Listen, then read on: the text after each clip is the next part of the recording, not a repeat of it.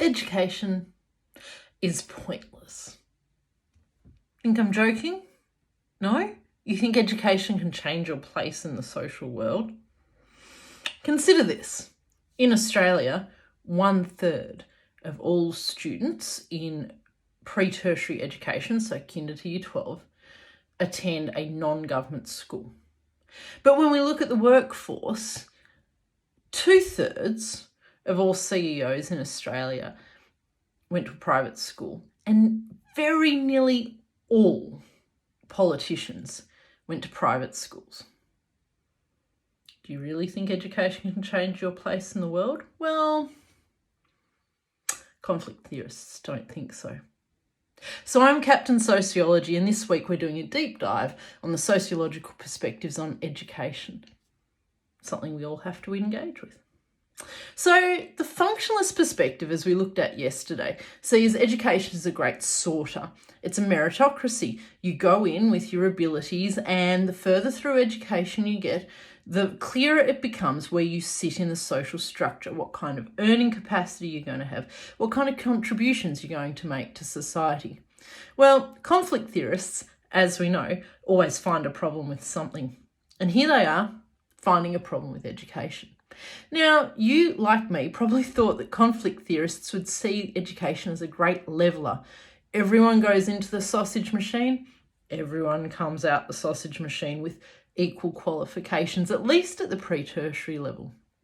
Actually, that's not at all how conflict theory sees education. Well, what do they think? Conflict theory actually sees education as a great ingrainer of inequality. That is, if you were born into privileged circumstances, whether it's that your family, both parents live together, it's a stable environment, maybe you have parents who are well educated or grandparents who are really well educated, that you too will end up being really well educated. Okay. What about people who come from disadvantaged backgrounds? Surely education, by virtue of being outside of that family circle, gives you access to things that family couldn't give you, the social and cultural capital that maybe family isn't able to give you. Well, conflict theorists don't think so. Conflict theorists think that actually education will ingrain and exacerbate that inequality. What do we mean by that? That doesn't make sense. Education is the great leveller. Think of it this way. Fred goes to school and works hard, loves learning, wants to do well. On Monday, Fred gets an assignment and he's got 5 days to do it. Problem is, on Monday, Fred doesn't go directly home. Fred goes to work, he works late. He gets home at like 10 o'clock and he still hasn't eaten. Has to find something to eat. Digs around the cupboard, finds some 2-minute noodles. Mum's still at work. Nobody to talk to about his day. Tuesday, Fred has to look after his little sister all day. So he misses school. And he's completely occupied because 4-year-olds just have a way of occupying all your time. Wednesday, come on, Fred, get on with it. But Fred actually hasn't had a whole lot of social interaction. He hasn't really seen mum all week, and he's been actually a caregiver to his little sister. So after school, and yes, he goes to school, after school, instead of going home and doing the work he was supposed to do, Fred actually goes out with his mates. You can sort of see why. I mean, they're fun to be with. They give him some validation. Good on you, Fred. Thursday comes round. Fred finally gets to starting his assignment after tea. Tea's pretty basic, and just like it has been all week, it's pretty low in nutritional value. So Fred actually isn't working at full capacity. Sits down after tea to start his work, and he discovers pretty quickly that he has a problem. He doesn't quite understand exactly what he's supposed to be doing. And that's okay. He's got mum. Mum's at home today. So he says, Mum, what do I do? And Mum's tired. She's worrying because she can't really really feed everybody. There's a gap between her income and the outgoings in the household. So she looks at it and her brain just won't. She probably could if she had some time to think about it, but it's not happening tonight. It's due tomorrow, so what does Fred do? Well, he rushes up a few bits that he can do, and he tries to fake the bits that he can't do, but he knows he hasn't got it. Fred's household inequality had an impact on his capacity to complete that assignment. And we see the same thing with Bob. Bob is in Fred's class. Bob gets the assignment on Monday. Bob goes home where Mum greets him with a snack and sends him off to his room, having found out that his day was excellent. He has an assignment to do. Bob gets a jump on his assignment, heads out to tea, and while Mum, Dad and Bob are chatting over tea, they ask him how his day was, and Bob says, I've got this assignment I'm really kind of struggling with. They chat about it a little bit, and Dad says, Bill that I work with, he's actually a real expert in this area. So after tea, they give Bill a call, and Bill quickly talks them through how to tackle that part of the assignment. Bob's not quite done, still only Monday.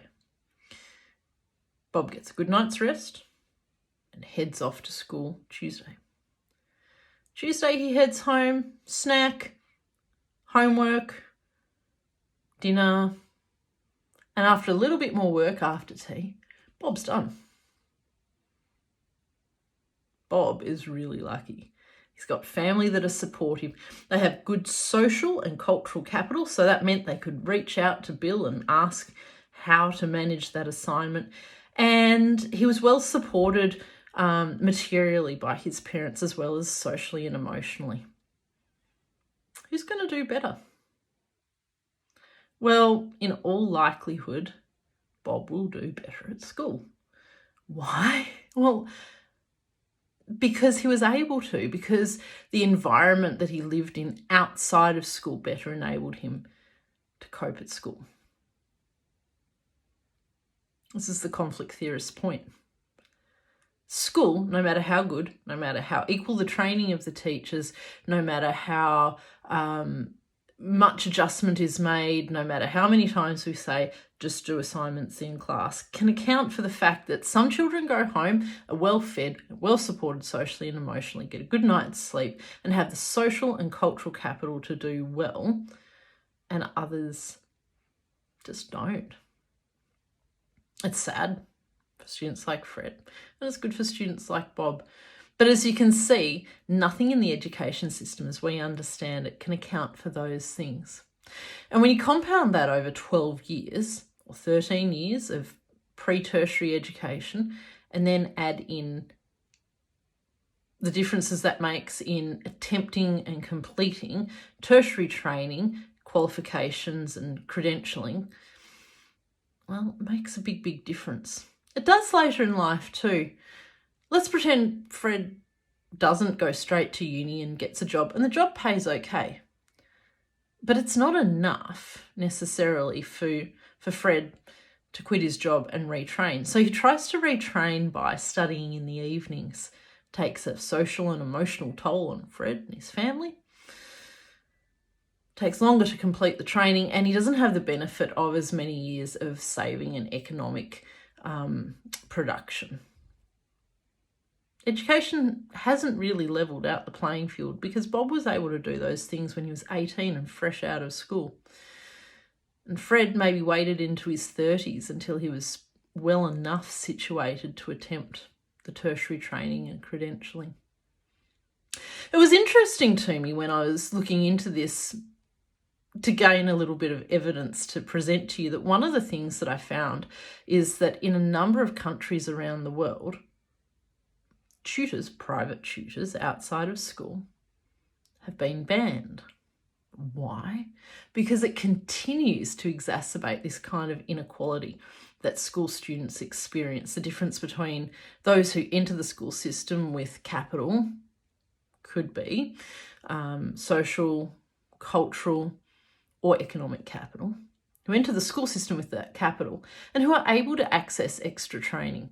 In fact, an interview I watched had a student saying that, well, if you don't access tutoring after school, you're behind. Being successful demands that you do that here in Australia.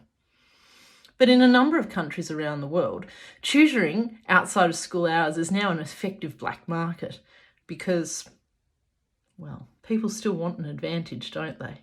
How they get it? The new friend you made with the amazing maths abilities just has to come for tea, happen to look at your homework, happen to make some suggestions. So tomorrow, we're going to look at this apparent mismatch between what we understand to be the purpose of education and how it really plays out in people's life chances. See you then.